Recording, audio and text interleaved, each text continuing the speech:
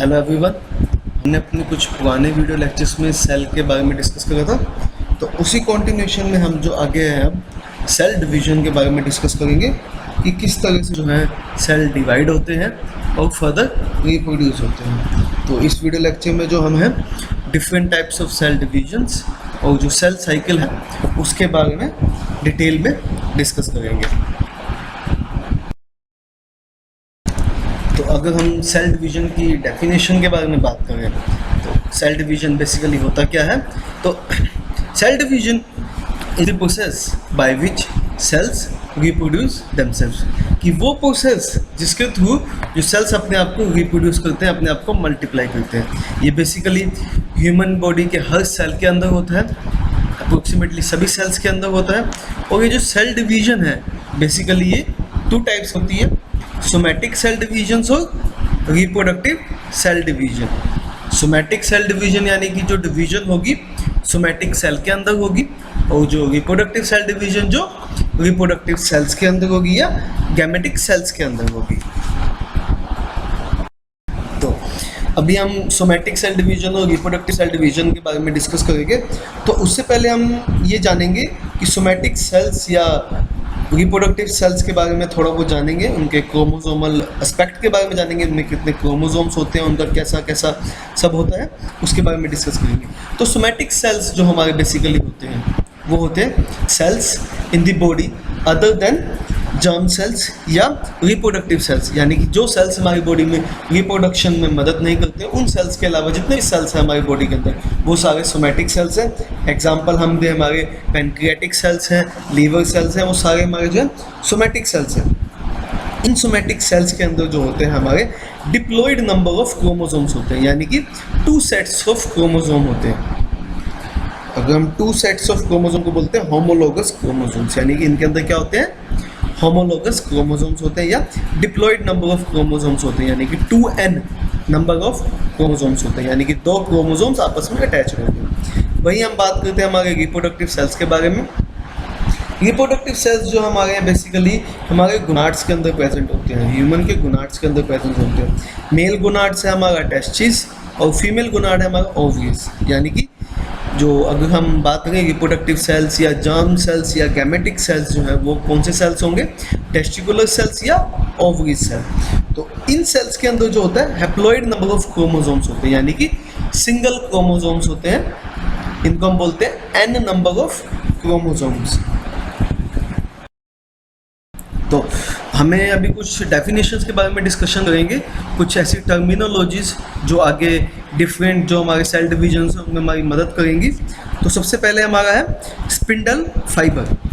Spindle fibre है क्या हमारा? It is a network of filaments that extended inwards from the poles of a dividing cells forming a spindle shape figure, यानी कि एक fibre है microtubules की spindle बन जाएगी जब सेल डिवीजन होगी।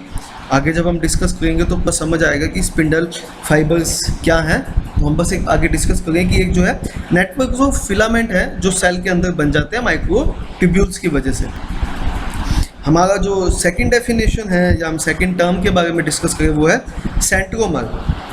जो सेंट्रोमर है वो बेसिकली हमारा जो है सबसे कंडेंस्ड और कंस्ट्रिक्टेड रीजन है क्रोमोसोम्स का, जब वो दोनों क्रोमोसोम्स आपस में अटैच्ड होते हैं माइटोसिस के या मियोसिस के टाइम पे, यानी कि सेल डिवीजन के टाइम पे। सेंट्रोमर जो है हमारे जब 2 क्रोमोसोम्स आपस में अटैच होते हैं, यानी कि जब 2 क्रोमैटिड्स बोलें या हम 2 क्रोमोसोम्स जब आपस में अटैच होते हैं सेल डिवीजन के टाइम पे या नॉर्मली भी, तो उनके जो एक सेंट्रल पार्ट होता है जो बहुत ही कंडेंस पार्ट होता है हम उसको क्या बोलते हैं सेंट्रोमर्स। और जो हमारा तीसरा है वो है काइनेटोकोर।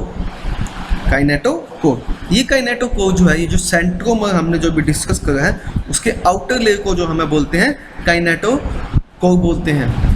ठीक है, अगला जो हमारा है वो है जो हमारा नेक्स्ट डेफिनेशन है, जो हमारी नेक्स्ट टर्म है वो है क्रोमैटिड। क्रोमैटिड बेसिकली जो हमारे रेप्लिकेटेड क्रोमोसोम है, रेप्लिकेटेड क्रोमोसोम्स के जो 2 आइडेंटिकल हाफ्स होते हैं या 2 डॉटर स्ट्रैंड्स होते हैं, उनमें से किसी एक को भी हम जो है क्रोमैटिड्स बोलेंगे। जब हमारे बॉडी में या जब एप्लीकेशंस होती है क्रोमोसोम्स के अंदर दो आइडेंटिकल स्ट्रक्चर्स प्रेजेंट होते हैं जिनको हम बोलते हैं सिस्टर क्रोमैटिड्स। और जब ये सेल डिवीजन होती है ये दोनों आपस में डिवाइड हो जाती हैं, यानी कि जो आइडेंटिकल हाफ्स होते हैं वो डिवाइड होते हैं और वो अपने आप में फर्दर एक जो नया है क्रोमोसोम डिपेंड करते हैं। यानी कि क्रोमैटिड जो हम अगर सिंपली कहें, chromatid is one of the two identical halves of a replicated chromosomes which further separates during the cell division to become a individual chromosomes। और ये जो हमारे क्रोमैटिड्स होते हैं ये आपस में जो है सेंट्रोमर के साथ ज्वाइन होते हैं, यानी कि हमने पहले बताया जो सेंट्रोमर्स हमारे हैं constituted regions through which chromosomes are attached. तो ये हमारा है बेसिकली कुछ डेफिनेशंस हमने भी डिस्कस करा। स्पिंडल फाइबर क्या होता है, सेंट्रोमर्स क्या होते हैं, क्रोमैट्स क्या होते हैं, ठीक है, और काइनेटोकोर क्या होते हैं। अब जो हम आगे हैं different types of cell divisions के बारे में डिस्कस करेंगे। तो जो हमारा नेक्स्ट है बेसिकली दो तरह की सेल डिवीजन होती हैं। Number one is somatic cell division and number two is reproductive cell division.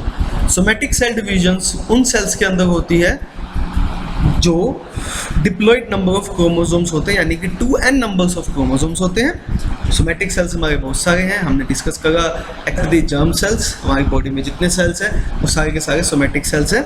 और टेस्टिकुलर सेल्स और ओवरी सेल्स को छोड़ के बाकी सारे सोमैटिक सेल्स हैं। वही जो रिप्रोडक्टिव सेल्स हैं हमारे वो हैं टेस्टिकुलर सेल्स और ovary cells. Somatic cell divisions जो है वो पार्ट्स हैं उसके बेसिकली, जब वो है न्यूक्लियर डिवीजन होगी उसकी, जब सेल साइकिल के अंदर जब सोमैटिक सेल्स की न्यूक्लियर डिवीजन होगी हम उसको बोलेंगे माइटोसिस, और जब साइटोप्लाज्मिक डिवीजन होगी उसको हम बोलेंगे साइटोकाइनेसिस या सेल मूवमेंट। बेसिकली जो सोमैटिक सेल डिवीजन्स होती है उसके अंदर two genetically identical cells produce होते हैं जिनके अंदर सेम नंबर और सेम टाइप या सेम काइंड के क्रोमोसोम्स होते हैं as that of original cells. यानी कि दो आइडेंटिकल सेल्स प्रोड्यूस होंगे जिनके अंदर सेम नंबर ऑफ क्रोमोसोम्स होंगे और सेम टाइप के क्रोमोसोम्स होंगे just as like that of original cells, या जो सेल जो है डिवीजन से पहले वाला सेल है। वही अगर हम जो है रिप्रोडक्टिव सेल डिवीजन के बारे में बात करेंगे, ये बेसिकली जो है गैमेट्स के अंदर होती है। नेक्स्ट जनरेशन जो है सेक्सुअली रिप्रोडक्टिव ऑर्गेनिजम्स को प्रोड्यूस करता है। इसमें जो है बेसिकली जो है हमारी जो न्यूक्लियर डिवीजन है हम उसको बोलते हैं मियोसिस। ओके, तो इसमें क्या होगा है, इसमें जो हमारे नंबर ऑफ क्रोमोसोम्स हैं न्यूक्लियस के अंदर जो प्रोड्यूस्ड क्रोमोसोम्स होंगे उनका नंबर जो है हाफ हो जाएगा। अगर हम बात करें कि जो हमारे उसके अंदर ओरिजिनल सेल्स के अंदर रिप्रोडक्शन जिसकी होगी, जिसकी डिवीजन होगी, उसके अंदर अगर 2n नंबर ऑफ क्रोमोसोम्स हैं तो जो फाइनल जो रिप्रोड्यूस्ड सेल होगा उसके अंदर n नंबर ऑफ क्रोमोसोम्स होंगे, यानी कि क्रोमोसोम्स का नंबर जो है हाफ हो जाएगा। रिप्रोडक्टिव सेल डिवीजन में भी जब साइटोप्लाज्मिक डिवीजन होती है उसी को सेम जो हम है साइटोकाइनेसिस ही बोलते हैं। तो ये बेसिकली दो तरह की सेल डिवीजन्स है, somatic cell divisions and reproductive cell divisions.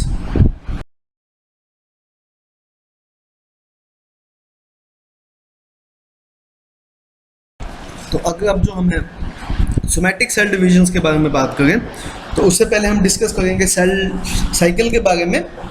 Cell cycle या जो सोमैटिक सेल डिवीजन्स के जो प्रॉपर एक जो सेल डिवीजन का पूरा प्रोसेस है या सेल साइकिल है उसको बोलें, उसके अंदर बेसिकली जो है दो फेजेस होते हैं। एक हमारा होता है इंटरफेस जिसको हम बोलते हैं आई फेज, और एक होता है माइटोटिक फेज या जिसको हम बोलेंगे एम फेज। इंटरफेस अगर हम फिगर में देखें, इंटरफेस जो है बेसिकली हमारा जो है ब्लू या वॉयलेट कलर से रिप्रेजेंट हुआ है और माइटोटिक फेज जो एम फेज है वो रेडिश कलर से रिप्रेजेंट हुआ है। इंटरफेस में कोई जो है बेसिकली डिवीजन नहीं होती। बेसिकली जो मेन सेल डिवीजन है वो हमारी होगी माइटोटिक फेज के अंदर। देखो जैसे रिप्रेजेंट है माइटोटिक फेज के अंदर एक सेल जो है दो आइडेंटिकल सेल्स में पुश होगा, ठीक है। जो हमारा इंटरफेस है, अभी जो हम हैं अपने इंटरफेस के बारे में जो है डिस्कस करेंगे थोड़ा बहुत। ओके, जो हमारा इंटरफेस है वो बेसिकली जो 3 पार्ट्स में डिवाइड है। पहला जो हमारा फेज है G1 फेज, फिर दूसरा हमारा S फेज और तीसरा जो है हमारा G2 फेज। अगर हम बात करें आई फेज की, ये basically 75% of the cell cycle को ऑक्यूपाई करता है। इसको हम आमतौर पर रेस्टिंग स्टेज भी बोलते हैं, क्योंकि इसके अंदर कोई भी सेल या न्यूक्लियस के अंदर कोई विजिबल चेंज जो हमें ऑब्जर्व नहीं होता। हमने डिस्कस करा 3 तरह का होता है, G1, S और G2 फेज।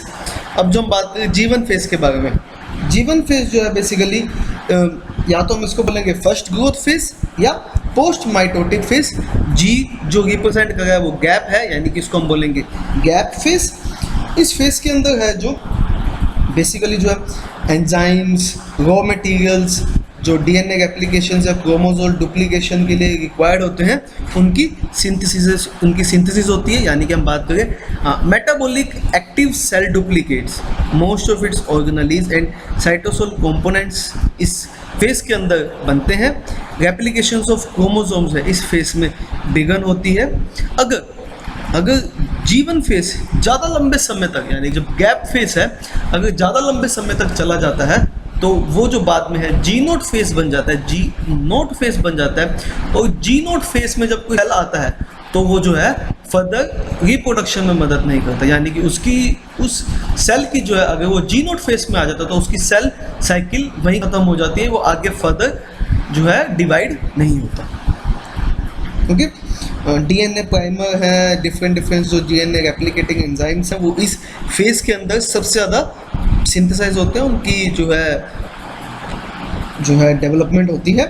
वही जो हमारा है दूसरा फेज जो हमारा है एस फेज, या जिसको हम बोलेंगे हमारा सिंथेटिक फेज। उस फेज के अंदर क्या होगा है बेसिकली डीएनए रेप्लिकेशंस और क्रोमोसोमल रेप्लिकेशंस अपने उस पीक पे होती है, यानी कि मैक्सिमम स्टार्ट हो जाती है। क्रोमोसोमल डुप्लीकेशन जो है न्यूक्लियस के अंदर वो डीएनए रेप्लिकेशन जो है स्टार्ट हो जाती है। फिर जो हमारा तीसरा फेज है जिसको हम बोलेंगे G2 फेज या सेकंड ग्रोथ फेज या प्री माइटोटिक फेज, यानी कि माइटोसिस से होने वाले पहले फेज को प्री माइटोसिस फेज।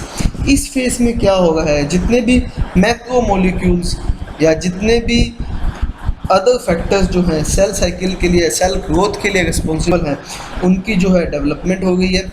ऑर्गेनेलीज की जो है मल्टीप्लिकेशन हो गई है और स्पिंडल फॉर्मेशन हो गया। हमने डिस्कस करा था अभी स्पिंडल फाइबर के बारे में, तो जो स्पिंडल जो माइटोसिस में मदद करने वाली है उसकी सिंथेसिस होगी, यानी कि G2 फेज के अंदर क्या होगा है सेल ग्रोथ इनिशिएट हो गई है, एंजाइम्स और प्रोटीन की सिंथेसिस जो कंटिन्यूस हो गई है और रेप्लिकेशन ऑफ सेंट्रोसोम्स कंप्लीट हो गई है। ओके, तो हम जो बात करें अगर प्रॉपर आई फेज के बारे में या आई इंटरफेस के बारे में, इस फेज के अंदर जो है बेसिकली हमारा न्यूक्लियर एनवलप और न्यूक्लियोलस बिल्कुल इंटैक्ट हैं। क्रोमोसोम्स जिस तरह से क्रोमैटिन रेटिकुलम के अंदर प्रेजेंट है वैसे के वैसे ही प्रेजेंट है। ठीक है, तो हमारा जो नेक्स्ट फेज है वो हमारा है एम फेज, जिसको हम बोलेंगे माइटोटिक फेज। तो अगर हम बात करें माइटोटिक फेज के बारे में, माइटोटिक फेज जो है हमारा एक्चुअल फेज है जिसके अंदर जो है सेल डिवीजन अकर होगी। ये जो हमारा फेज है ये 25% ऑफ द सेल साइकिल को ऑक्यूपाई करता है। इसी माइटोसिस फेज के अंदर ही न्यूक्लियर डिवीजन होगी, डिस्ट्रीब्यूशन होगा क्रोमोसोमल सेट्स का, ताकि वो अपने अलग से न्यूक्लियाई के अंदर जाके सेपरेट हो सके। तो ये जो फिगर जो है रिप्रेजेंट हुई है बेसिकली प्रॉपर एक जो है माइटोसिस के बारे में प्रॉपर एक डिटेल देती है। जो बेसिकली जो हमारा माइटोसिस है वो 4 पार्ट्स में डिवाइड है, जिसको हम फेजेस बोलेंगे। पहला फेज है हमारा प्रोफेज, दूसरा मेटाफेज, तीसरा एनाफेज और चौथा टेलोफेज। इन चारों फेजेस के बाद जो है क्या होता है साइटोकाइनेसिस होती है। और अगर हम इन चारों फेजेस की बात करें तो ये है काइरोकाइनेसिस, यानी कि माइटोसिस के अंदर बेसिकली 2 स्टेप्स आगे पहला जो हो गया पहले होगी काइरोकाइनेसिस, फिर होगी साइटोकाइनेसिस, जिसकी वजह से पूरा सेल डिवीजन अकर होगी माइटोसिस के अंदर। यानी कि क्या हो गए हैं 2 फेज काम कर रहे हैं, काइरोकाइनेसिस और साइटोकाइनेसिस। काइरोकाइनेसिस फर्दर 4 फेजेस के हैं, पहला प्रोफेज, दूसरा मेटाफेज, तीसरा एनाफेज और चौथा टेलोफेज। अगर हम अब बात करें हमारे प्रोफेज के बारे में, जो हमारा वेरी फर्स्ट फेज है, अगर हम फिगर में रिप्रेजेंट करें जो बिल्कुल अपर पोर्शन है, वो जो हमारा फर्स्ट जो सेल की फिगर दिखा रही है, जो सिंगल सेल फिगर है, यानी कि उसमें कुछ भी स्टार्ट नहीं हो, उस केस में जो हम उसको बोलेंगे वो है इंटरफेस। उस फेज के अंदर जो है G1 फेज, S फेज और G फेज जो है वो अपना काम कर रहे हैं। फिर जब है सेल जो है माइटोसिस फेज में या M फेज में एंटर करेगा, तो सबसे पहले क्या होगा, वो प्रो फेज के अंदर जाएगा। वो प्रो फेज के अंदर क्या होगा, इस स्टेज के अंदर जो कंडेंसेशन ऑफ क्रोमैटिन्स है इनटू इट्स डिस्टिंक्ट क्रोमोसोम्स के अंदर वो है अकर होगी, यानी कि जो है क्रोमैटिन्स जो है क्रोमोसोम्स के अंदर बनने स्टार्ट हो जाएंगे। इस फेज के अंदर जो है हमारा जो न्यूक्लियोलस है या जो न्यूक्लियर एनवेलप है, जो न्यूक्लियस है, जो उसका आउटर रीजन है, जो न्यूक्लियोलस है, वो डिसअपीयर होने स्टार्ट हो जाएंगे। और जो हमारे सेंट्रोसोम्स हैं वो आपस में जो एक दूसरे पोल की तरफ जाना स्टार्ट हो जाएंगे। अगर हम देखें जो अब हमारे प्रो फेज में जो स्टार्टिंग में प्री प्रो फेज है, उसके अंदर क्या होगा, जो ग्रीन कलर से है, जो माइटोटिक स्पिंडल है या स्पिंडल फाइबर है, वो G2 फेज में बननी स्टार्ट हो गई थी। उसने क्या करा, जब प्रो फेज के अंदर आया तो न्यूक्लियर एनवेलप जो है वो टूटा, उसके जो क्रोमैटिड रेटिकुलम के अंदर जितने भी क्रोमोसोम्स या क्रोमैटिन्स पड़े थे, क्रोमैटिन फाइबर्स पड़े थे, वो कंडेंस हो गए क्रोमैटिड्स के अंदर, यानी कि जो हमारे हैं डिस्टिंक्ट क्रोमोसोम्स के अंदर बन गए। और जो क्रोमोसोम्स हैं साइटोसोल के अंदर आ गए। अब ये जो साइटोसोल्स के अंदर जो हमारे क्रोमोसोम्स हैं, ये क्या करेंगे, अपोजिट डायरेक्शन में सेल्स के दूसरे पोल की तरफ मूव करेंगे। ठीक है, तो यही बेसिकली है प्रोफेज के अंदर, यानी कि प्रोफेज भी हमारे दो तरह के हो गए, एक हो गया प्री प्रोफेज और एक हो गया लेट प्रोफेज। प्री प्रोफेज के अंदर क्या हो रहा है, न्यूक्लियर एनवेलप टूट रहा है, क्रोमोसोम्स जो है क्रोमैटिड्स की कंडेंसेशन हो गई है पेयर क्रोमैटिड्स के अंदर, और न्यूक्लियर एनवेलप टूट रहा है। वही जो लेट प्रोफेज है उसके अंदर क्या होगा है, क्रोमोसोम्स जो छोटे हो गए हैं, थिक हो गए हैं, और जो डिजनरेशन हो गई है न्यूक्लियर एनवेलप की वजह से, उसकी वजह से जो है स्पिंडल फाइबर्स की फॉर्मेशन या स्पिंडल फाइबर्स इजीली दिखने स्टार्ट हो गए हैं, और जो है जो क्रोमोसोम्स हैं जो वो अब हैं अपोजिट पोल्स की तरफ जो है मूव होना स्टार्ट हो गए हैं। जब लेट प्रोफेज खत्म होता है उसके इमीडिएटली बाद जो है मेटाफेज स्टार्ट हो जाता है। मेटाफेज के अंदर क्या होगा है, क्योंकि प्रोफेज के अंदर जब हमने देखा कि माइटोटिक स्पिंडल बन गए हैं, वो पोल्स की तरफ आ गए हैं, सेल के पोल्स की तरफ आ गए हैं, तो जो है क्रोमोसोम्स जो है साइटोसोल के अंदर उनकी तरफ मूव करना स्टार्ट होते हैं। जब वो मूव कर रहे होते हैं उसी पोजीशन के अंदर वो जो है बिल्कुल ही स्ट्रेट लाइन के अंदर आ जाते हैं। जब वो स्ट्रेट लाइन के अंदर आ जाते हैं सारे हमारे क्रोमैटिड्स, उस फेज को जो हम बोलते हैं मेटाफेज बोलते हैं। अगर हम फिगर में देखें जितने भी हमारे सेंट्रोमर्स ऑफ क्रोमैटिड पेयर्स हैं वो प्रॉपर एक लाइनअप में आ गए हैं, बिल्कुल एक स्ट्रेट लाइन में खड़े हो गए हैं। और जो मेटाफेज प्लेट के अंदर उस फेज पे जो हम बोलेंगे, जो प्लेट है जिसके ऊपर बिल्कुल एक लाइन बन गए हैं, उस प्लेट को हम बोलेंगे मेटाफेज प्लेट। और जिस फेज के अंदर ये बिल्कुल एक स्ट्रेट लाइन के अंदर आ जाते हैं उसको हम बोलते हैं मेटाफेज। मेटाफेज के बाद जो हमारा नेक्स्ट फेज आता है वो है एनाफेज। एनाफेज अगर हम देखें दो तरह का फेज है, अर्ली एनाफेज और लेट एनाफेज। अर्ली एनाफेज के अंदर क्या होगा है, जो हमारे सेंट्रोमर होल्डिंग दो क्रोमैटिड्स हैं, क्रोमोसोम्स जो हैं वो आपस में डिवाइड हो जाते हैं। अगर हम देखें जो हमारे क्रोमैटिड्स थे वो आपस में डिवाइड हो गए, वो क्या बन गए, एक सेपरेट क्रोमोसोम बन गए। तो उस अर्ली फेज के अंदर क्या होगा, सेंट्रोमर्स जो हैं स्प्लिट्स हो गए हैं और आइडेंटिकल सेट्स ऑफ क्रोमोसोम के अंदर बन गए हैं।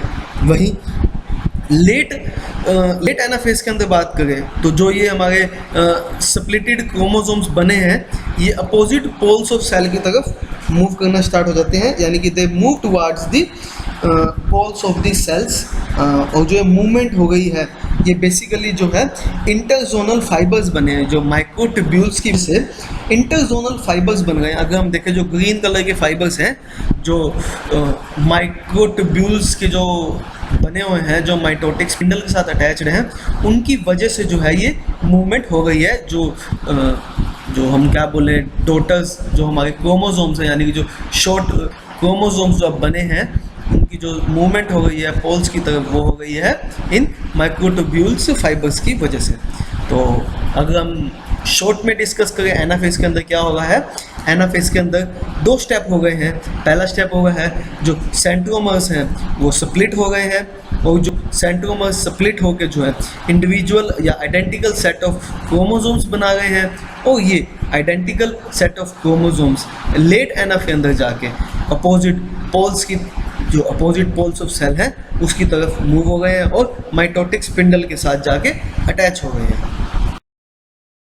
जब एनाफेज कंप्लीट होता है उसमें क्या होगा कि अपने जो हमारे आइडेंटिकल क्रोमोसोम्स जो बने हैं, आइडेंटिकल सेट क्रोमोसोम्स जो बने हैं वो अपोजिट पोल की तरफ जाके माइटोटिक स्पिंडल पे जाके अटैच हो गए। उसके बाद जो है टेलोफेज स्टार्ट होगा। टेलोफेज में क्या होगा, जो न्यूक्लियर एनवलप है या जो न्यूक्लियाई है वो दोबारा से रीअपेयर होना स्टार्ट हो गए हैं। क्रोमोसोम्स जो हैं वो फिर से फर्दर लेंथनिंग हो गई, उनके एलोंगेशन हो गया। उसके बाद जो है वो क्रोमेटिड फॉर्म में दोबारा आ गए हैं, और जो हमारी है जब न्यूक्लियोलस या न्यूक्लियर एनवलप उनके अराउंड फिर से बननी स्टार्ट होगी। उसके बाद से माइटोटिक स्पिंडल फिर से डिसअपेयर होना स्टार्ट होगी, और जो क्रोमोसोम्स हैं वो हमारे फिर से लॉन्ग लूजन हाइड्रेटेड और नेटवर्क फॉर्म के अंदर बनने स्टार्ट हो गए, यानी कि क्रोमेटिन रेटिकुलम जो है वो फिर से बनना स्टार्ट हो गया, क्योंकि न्यूक्लियस जो है फिर से बनना स्टार्ट हो गया। और वो जो है दो अलग अलग न्यूक्लियस बनने स्टार्ट हो गए एक सेल के अंदर। तो टेलोफेज के अंदर क्या होगा है, दो अलग अलग न्यूक्लियस बनने स्टार्ट हो गए हैं, और दो अलग अलग माइटोटिक स्पिंडल के अराउंड न्यूक्लियर एनवलप बननी स्टार्ट हो गई है। क्रोमोसोम्स जो है वो फिर से लॉन्ग हो गए हैं, लूज हो गए हैं, हाइड्रेटेड हो गए, नेटवर्क्स बना गए हैं, और क्रोमेटिन के अंदर दोबारा से फॉर्म हो गए ताकि क्रोमेटिन रेटिकुलम बन सके। और जो माइटोटिक स्पिंडल है जो ग्रीन कलर की अगर हम देखें वो फिर से डिसअपेयर होनी स्टार्ट हो गई है। तो यानी कि जब हमारे दो न्यूक्लियस एक सेल के अंदर अपने आप बन गए तो उनकी जो है न्यूक्लियर डिवीजन कंप्लीट हो गई, यानी कि माइटोसिस फेज का जो हमारा काइगोकाइनेसिस का प्रोसेस, यानी कि जो चार अलग अलग फेजेस थे, प्रोफेज, मेटाफेज, एनाफेज, टेलोफेज, वो कंप्लीट हो गए। उसके बाद जो दो आइडेंटिकल जो है हमारे न्यूक्लियस बन गए। अब जो दो आइडेंटिकल न्यूक्लियस बने हैं वो जो है आगे अलग से प्रॉपर डिफरेंट सेल्स बनेंगे। तो यानी कि अब जो है साइटोप्लाज्मिक डिवीजन है वो होगी, और जो साइटोप्लाज्मिक डिवीजन को हम क्या बोलते हैं, साइटोकाइनेस। इसके अंदर बेसिकली क्या होगा, कुछ कॉन्टैक्टाइल रिंग्स जो हैं फॉर्मेशन उनकी स्टार्ट हो जाएगी, जिसकी वजह से जो है around the centre of the nucleus एक क्लीवेज जो है होनी स्टार्ट हो जाएगी। अगर हम देखें एक क्लीवेज फ्यूगो बनना स्टार्ट हो जाता है टेलोफेज के अंदर ही, जो आगे जाके धीरे धीरे एक्टिन्स की मदद से जो हमारे न्यूक्लियस हैं दोनों बिल्कुल साइड में पड़े हैं एक सेल के अंदर, तो एक बिल्कुल सेंटर से जो है एक क्लीवेज फ्यूगो स्टार्ट हो जाता है, जो में जो है दोनों सेल्स को जो है एक अलग से नई प्लाज्मा मेम्ब्रेन से डिवाइड होके उनके जो है साइटोप्लाज्म को अलग कर देता है और दो इक्वल पोर्शंस में डिवाइड कर देता है, ताकि दो आइडेंटिकल सेल्स बन जाए जिनका अपना अलग से साइटोसोल है और अलग से न्यूक्लियस है। ओके, अगर हम फिगर में भी देखें तो क्लीवेज फ्यूगो बनता है। क्लीवेज फ्यूगो के बाद से जो है सेल के सेंटर से जो है डिवीजन स्टार्ट हो गया, साइटोप्लाज्मिक डिवीजन स्टार्ट हो गया। उसके बाद जो साइटोकाइनेसिस के अंदर दो आइडेंटिकल डिवीजन सेल्स जो हैं बन गए हैं एक सेल से, और उसके बाद जो है जो एक सेल जो है वो फिर से जो है जो इंटरफेस है जो आई फेस के अंदर फिर से जाएंगे और फिर से जो उनकी सेल साइकिल स्टार्ट हो जाएगी।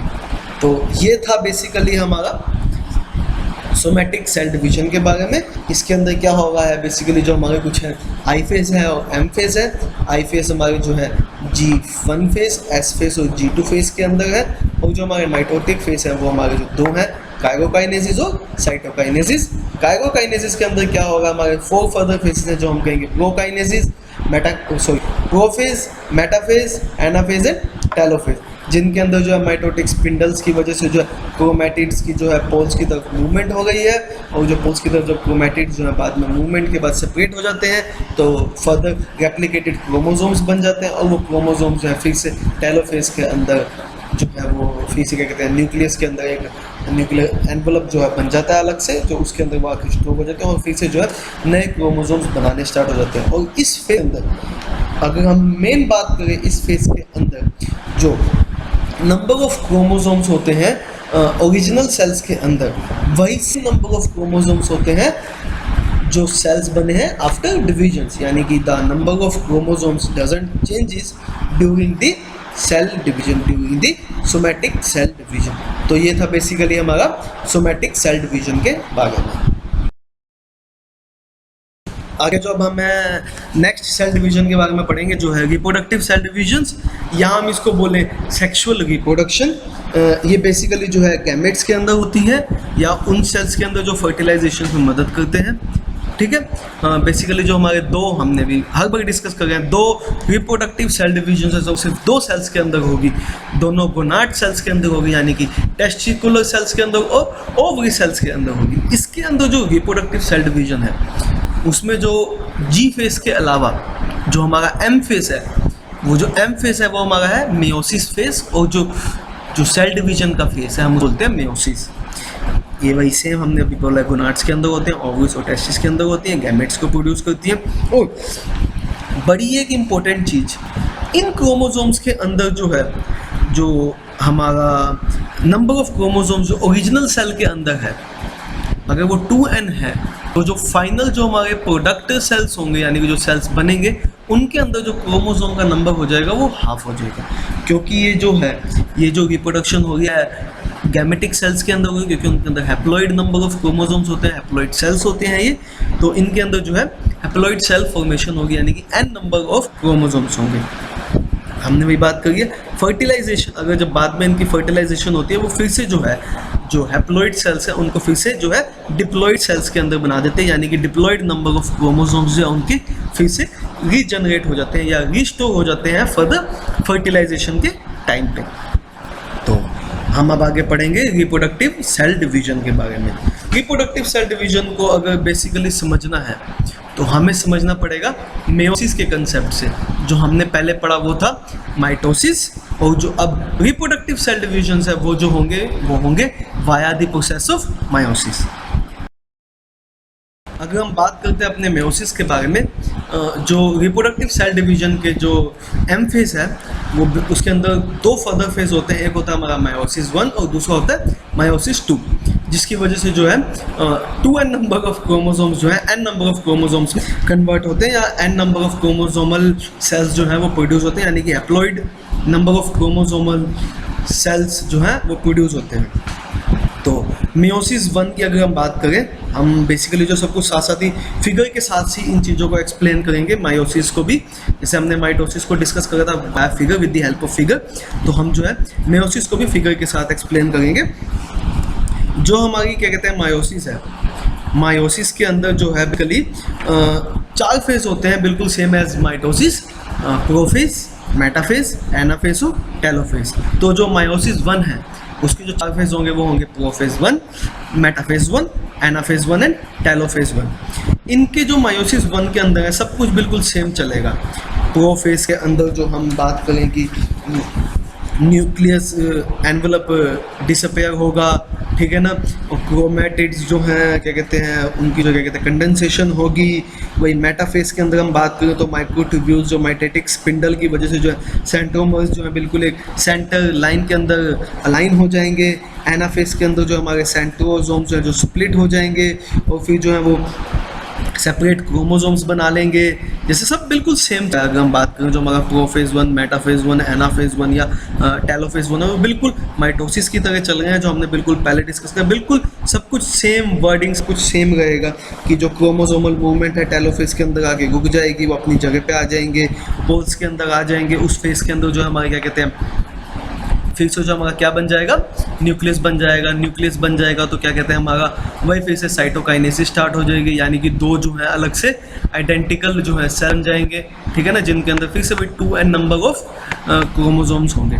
तो बिल्कुल सब कुछ जो मायोसिस 1 है बिल्कुल माइटोसिस की तरह है, कोई चेंज नहीं है। अगर हम बात करें जो हमारे प्रोफेज 1 ऑफ मायोसिस 1 है उसके अंदर जो है 2 एक्स्ट्रा जो है वो स्टेप्स आ जाते हैं। जो हमारा पहला स्टेप है, अगर हम फिगर्स में अगर हम थोड़ा एक्सपेंड के देखें तो जो ये क्रोमोसोम्स को अलग से दिखा रखा है, तो ये क्रोमोसोम्स के कुछ जो है एक्स्ट्रा फेजेस जो एक्स्ट्रा स्टेप्स हो जाते हैं प्रोफेज के अंदर आ जाते हैं। इनमें क्या होगा, जब हमारे प्रोफेज अपना न्यूक्लियर एनवलप जो है बिल्कुल भाग हो गया, डिसअपेयर हो गया, क्रोमैटिड्स जो हैं भाग आ गए हैं। तो क्या होता है, जो क्रोमैटिड्स हैं यानी कि जो सिस्टर क्रोमैटिड्स हैं ये आपस में साइनैप्स हो जाते हैं, यानी कि इनकी साइनैप्सिस हो जाती है, एक दूसरे के साथ बिल्कुल चिपक जाते हैं दो अलग अलग क्रोमैटिड्स। ठीक है, तो ये जब अलग अलग हो जाते हैं तो ये टेट्राड की फॉर्मेशन कर देते हैं, और जब ये टेट्राड की फॉर्मेशन होती है उसके बाद जो है ये एक दूसरे के साथ कभी कभार क्रॉस ओवर हो जाते हैं, और जब ये क्रॉस ओवर हो जाते हैं तो कभी कभार उस क्रॉस ओवर की वजह से जो है ये जेनेटिकली इनमें रिकॉम्बिनेशन हो जाती है, ताकि जो न्यू सेल्स हैं, जो न्यू सेल्स बनेंगे उनके अंदर कुछ जो है जेनेटिक चेंजेस आ जाते हैं या जेनेटिक वेरिएशंस आ जाते हैं उनके गैमेट्स के अंदर मायोसिस की वजह से। तो यही एक बेसिक जो है डिफरेंस है मायोसिस 1 और माइटोसिस में। बाकी सब कुछ प्रोसेस सेम चल रहा है, लेकिन जो मायोसिस 1 में दो एक्स्ट्रा स्टेप आ जाते हैं, पहला कि टेट्राड फॉर्मेशन हो जाती है और क्रोमोसोम्स की जेनेटिक रिकॉम्बिनेशन हो जाती है एट द अर्ली प्रोफेज। ठीक है, तो वही जो अगर जब उनमें कोई जेनेटिक चेंजेस हो गए यानी कि उनके क्रोमैटिड्स में कोई चेंजेस हो गई तो वही क्रोमैटिड जो चेंज है वही अलग डिफरेंट तरह के क्रोमोसोम्स बनाएंगे, यानी कि जो रिप्रोडक्टिव सेल डिविजन्स हैं वो कभी भी या मैक्सिममली आइडेंटिकल सेल्स प्रोड्यूस नहीं करती, अनआइडेंटिकल सेल्स प्रोड्यूस करते हैं। वही अगर जो हम मायोसिस 1 के बाद हम मायोसिस 2 के बाद बात करें, यानी कि जो सेकंड फेज है सेल डिवीजन का, मायोसिस 2 इन रिप्रोडक्टिव सेल्स, उसको हम बोलते हैं मायोसिस 2। सेम वही 4 प्रोसेस है, prophase, metaphase, anaphase and telophase. हम इनको बोलते हैं prophase second, metaphase second, anaphase second और टेलोफेज सेकंड। इन वही प्रोसेसेस के अंदर फिर से वही सब कुछ सेम होगा, जैसे यानी कि दो सेल्स जो रिप्रोड्यूस हुए उन दो सेल्स की फिर से अलग से वही प्रोसेस चलेंगे, उन दोनों सेल्स का प्रोफेज होगा, मेटाफेज होगा, एनाफेज होगा, टेलोफेज होगा, जिसकी वजह से फिर वो जो है अलग से हैप्लॉइड नंबर ऑफ क्रोमोसोम्स को जनरेट करेंगे मायोसिस 2 के फाइनल एंड प्रोडक्ट पे। बिल्कुल सेम प्रोसेस अगर हम फिगर में देखें, जब मायोसिस 2 हो गई है तो दो अनआइडेंटिकल सेल्स जो फर्स्ट इनिशियल स्टेट पे प्रोड्यूस हुए उनमें जो है स्टार्टिंग में प्रोफेज सेकंड हुआ। प्रोफेज सेकंड होने के बाद उनके जो न्यूक्लियस, या तो न्यूक्लियस बने ही नहीं थे, ठीक है, या न्यूक्लियस तो बने ही थे या साइटोप्लाज्म नहीं बने थे, जो उनके न्यूक्लियस हैं वो फिर से जो है डिसअपेयर हो गए, उनके जो है माइटोटिक स्पिंडल के पास आगे क्रोमैटिड्स जो है, जो न्यूली जनरेटेड क्रोमैटिड्स हैं वो फिर से अलाइन हो गए सेंटर पे आगे, फिर वो जो है अपोजिट पोल्स पे माइटोटिक स्पिंडल के साथ जाके अटैच हो गए। उसके बाद जो है फिर से अलग जो है नए, फिर से क्या कहते हैं, न्यूक्लियस एनवलप रीजनरेट हो गए, अलग से जो है नए हैप्लॉइड क्रोमोसोम्स यानी कि हैप्लॉइड नंबर ऑफ क्रोमोसोम्स के जो न्यूक्लियस हैं वो बनने स्टार्ट हो गए। वैसे उनमें जो है लूजिंग स्टार्ट होगी, जो उनकी क्या कहते हैं बात करें बिल्कुल जो सेम टेलोफेज में, जो पहले टेलोफेज में जो जो माइटोसिस के टेलोफेज में होगा, वही सेम जो स्टेप्स हैं वही होंगे। और उसके बाद जो है एक सेल से दो हैप्लॉइड नंबर ऑफ क्रोमोसोम्स वाले सेल बन जाएंगे, यानी कि एट लास्ट में जो होगा क्या, हमारे एक सेल से जो है 4 सेल्स प्रोड्यूस होंगे और वो चारों सेल्स के अंदर जो होंगे हैप्लॉइड नंबर ऑफ क्रोमोसोम्स होंगे, यानी कि n नंबर्स ऑफ क्रोमोसोम्स होंगे, जबकि जो हमारा इनिशियल सेल था उसके अंदर जो होंगे 2n नंबर ऑफ क्रोमोसोम्स होंगे। ओके, तो ये था बेसिकली जो हमारा मायोसिस 2 के बारे में और मायोसिस 1 के बारे में, वही हमने अभी बताया। अगर हम एक और चीज़ पे डिस्कस करते हैं आगे कि जो साइटोकाइनेसिस है वो कब होती है, वो जो है 2 टाइप पे हो सकती है, या तो वो क्या कहते हैं मायोसिस 1 के बाद होगी, मायोसिस 1 के बाद अगर हमारी साइटोकाइनेसिस होती है तो 2 सेल्स बनेंगे, और वही 2 सेल्स के बाद जो उनकी फिर से मायोसिस होगी जिसको हम मायोसिस 2 बोलेंगे, और वो जो फिर से जो है उनकी दोबारा साइटोकाइनेसिस होगी। या फिर मायोसिस 1 होगी, उसी सेल के अंदर ही, उसी साइटोप्लाज्म के अंदर ही मायोसिस 2 हो जाएगी, बाद में जो है साइटोकाइनेसिस होगी। ठीक है, तो 2 डिफरेंट टाइम्स पे जो है साइटोकाइनेसिस हो जाती है। अगर साइटोकाइनेसिस बिल्कुल मायोसिस 1 और मायोसिस 2 के बाद बिल्कुल लास्ट में होती है तो हम उसको बोलते हैं सक्सेसिव मायोसिस या सक्सेसिव सेल डिविजन्स। अगर साइटोकाइनेसिस मायोसिस 1 के बाद होती है और फिर से साइटोकाइनेसिस जो है वो मायोसिस 2 के बाद भी होती है, तो उस सेल डिवीजन को हम बोलेंगे साइमल्टेनियस सेल डिवीजन्स, यानी कि जब एक बार ही सिर्फ प्रॉपर मायोसिस 1 और मायोसिस 2 के बाद एक बारी साइटोकाइनेसिस हो गई है या साइटोकाइनेसिस या सेल साइटोप्लाज्मिक डिवीजन हो गई है, उसको हम बोलेंगे सक्सेसिव सेल डिवीजन्स या सक्सेसिव साइटोप्लाज्मिक डिवीजन। अगर वो दो बारी हो गई है रिप्रोडक्टिव सेल डिवीजन के अंदर, अगर वो दो बारी साइटोकाइनेसिस होगी तो हम उसको बोलेंगे साइमल्टेनियसली सेल डिवीजन्स, यानी कि जो है मायोसिस 1 के बाद एक साइटोकाइनेसिस हो गया और एक मायोसिस 2 के बाद जो है साइटोकाइनेसिस हो गई है। तो ये था बेसिक हमारा ऑल अबाउट मायोसिस 1 मायोसिस 2 कि किस तरह से जो है रिप्रोडक्टिव सेल डिवीजन्स हो रही है गैमेट्स के अंदर, किस तरह से उनके अंदर थोड़ा बहुत जेनेटिक चेंजेस आते हैं जो ऑफस्प्रिंग्स के अंदर आफ्टर फर्टिलाइजेशन जो ऑफस्प्रिंग्स बनेंगे उनके अंदर जो जेनेटिक चेंजेस होंगे वो कुछ कैसे आते हैं, वो मायोसिस 1 में जो है प्रोफेज में कुछ टेट्राड्स या जेनेटिक रिकॉम्बिनेशन होती है उसकी वजह से आते हैं। तो जो हमारा यही था बेसिकली, जो हैप्लॉइड नंबर ऑफ क्रोमोसोम्स वाले सेल प्रोड्यूस होते हैं जिनके अंदर एक पेयर होता है होमोलोगस क्रोमोसोम्स का, वो बनते हैं रिप्रोडक्टिव सेल डिविजन्स के अंदर। तो ये था बेसिक हमारा रिप्रोडक्टिव सेल डिविजन्स के बारे में। तो अब हम जो अगर है दोनों को मायोसिस और माइटोसिस को कंपेयर करें तो कुछ उन पॉइंट्स पे कंपेयर करेंगे। पहला जो होता है कौन से इनमें सेल टाइप होते हैं। माइटोसिस में हमारे सोमैटिक सेल्स होते हैं जिनकी डिवीजन होती है, और मायोसिस में हमारे गैमेटिक सेल्स होते हैं यानी कि गैमेट्स के जो टेस्टिकुलर सेल्स या ओवरी सेल्स की होती है। तो नंबर ऑफ डिविजन्स कितनी होती है, मायोसिस में 2 डिविजन्स होती हैं, मायोसिस 1 और मायोसिस 2 हो जाती है, यानी कि एक से जो है 4 सेल्स बनते हैं यानी कि डबल डिवीजन होती है। और वही जो माइटोसिस में होती है सिंगल डिवीजन होती है। उनकी स्टेजेस की बात करते हैं, वही इंटरफेज, प्रोफेज, मेटाफेज, एनाफेज और साइटोकाइनेसिस। वही जो मायोसिस में होते हैं वही इंटरफेज तो सेम ही रहेगा, ठीक है। तो उनमें कौन से फेज ऐड हो जाते हैं, prophase 1, prophase 2, metaphase 1, metaphase 2, anaphase 1, anaphase 2, telophase 1 and telophase 2। Copy, DNA copy कहाँ होते हैं इनके, इनमें जो है डीएनए कॉपिंग जो होती है माइटोसिस में जो होती है इंटरफेस के अंदर होती है, ठीक है। लेकिन मायोसिस के अंदर जो है इंटरफेस के अंदर, पहले इंटरफेस के अंदर होती है, दूसरे इंटरफेस के अंदर नहीं होती। अगर जब सक्सेसिव सेल डिवीजन होगी यानी कि जब वो हैप्लॉइड से दोबारा हैप्लॉइड सेल्स बनेंगे, जो सेकंड जब मायोसिस 2 स्टार्ट होनी होती है उस टाइम पे जो है वो नहीं होते, यानी कि पहली मायोसिस के बाद जो है डीएनए कॉपिंग स्टार्ट होती है लेकिन उसमें नहीं होती। अगर हम बात करें टेट्राड फॉर्मेशन की, माइटोसिस में तो टेट्राड फॉर्मेशन होती ही नहीं है, किसमें होती है, मायोसिस के अंदर। मायोसिस के भी मायोसिस 1 के प्रोफेज के अंदर होती है। नव सेल्स कितने प्रोड्यूस होते हैं, उनके अंदर कितने होते हैं, मायोसिस के अंदर 4 प्रोड्यूस होते हैं, माइटोसिस के अंदर 2 प्रोड्यूस होते हैं। माइटोसिस के अंदर जो होते हैं हमारे 4 हैप्लॉइड क्रोमोसोम्स वाले सेल प्रोड्यूस होते हैं, और जो हमारे माइटोसिस होते हैं उसके अंदर 2 डिप्लॉइड नंबर ऑफ क्रोमोसोम्स वाले सेल्स प्रोड्यूस होते हैं। नंबर ऑफ क्रोमोसोम्स पर सेल वही 46 होते हैं, क्योंकि पेयर्स के अंदर होते हैं, होमोलोगस क्रोमोसोम्स प्रेजेंट होते हैं, तो 46 क्रोमोसोम्स होते हैं, 23 पेयर्स ऑफ क्रोमोसोम्स होते हैं। वही माइटोसिस के अंदर जो होते हैं पेयर्स के अंदर क्रोमोसोम्स प्रेजेंट नहीं होते, इंडिविजुअल क्रोमोसोम्स प्रेजेंट होते हैं। तो कितने क्रोमोसोम्स प्रेजेंट होंगे, 23 क्रोमोसोम्स प्रेजेंट होंगे। तो अगर अब हम बात करें इस वीडियो लेक्चर में हमने क्या क्या डिस्कस करा, एक बार उसको रिवाइज करते हैं, उसको आउटलाइन करते हैं। सबसे पहले हमने पढ़ा सेल डिविजन्स कितने तरह की होती हैं, ठीक है, 2 तरह की होती हैं, सोमैटिक सेल डिविजन्स और रिप्रोडक्टिव सेल डिविजन्स। फिर उसमें हमने कुछ डेफिनेशंस डिस्कस करी थी।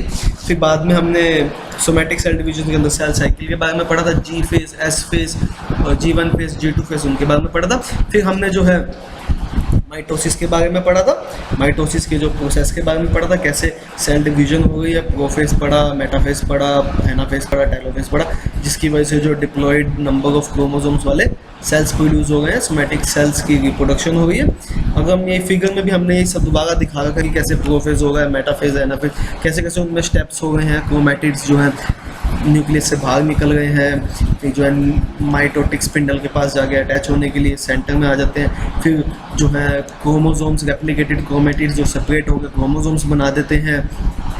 फिर जो वो क्रोमोसोम्स जो है माइटोटिक स्पिंडल पे जाके अटैच होके टेलोफेज के अंदर जो दोबारा से न्यूक्लियस रीजनरेट हो जाता है, फिर वो अलग से साइटोकाइनेसिस की वजह से अलग टू डिफरेंशिएट आइडेंटिकल्स में बन जाते हैं। वहीं अगर हम बात करते हैं रिप्रोडक्टिव सेल डिवीजन, हमने उसमें क्या पढ़ा, मायोसिस 1 एंड मायोसिस 2। तो कैसे कैसे वो काम कर रही हैं, कैसे उनके अंदर जेनेटिक रिकॉम्बिनेशन हो रही है, कैसे टाइटार्ड्स फॉर्मेशन हो रही है, कैसे जो है एक डिप्लॉइड सेल से जो है दो चार हम कहें बेसिकली तार जो है हैप्लॉइड नंबर ऑफ क्रोमोसोम्स वाले सेल्स बनते हैं, जिनके अंदर 23 पेयर्स ऑफ क्रोमोसोम्स होते हैं, वो बनते हैं जो फर्टिलाइजेशन में मदद करते हैं। ये था बेसिक हमारा सेल डिविजन्स के बारे में। ओके, दो तरह के सेल डिविजन्स है, somatic and reproductive cell divisions. Okay, thank you. So this is all about this cell division. हमने इस वीडियो लेक्चर में सेल डिवीजन के बारे में डिस्कस करा। Hope this will be an informative for you. Thank you very much.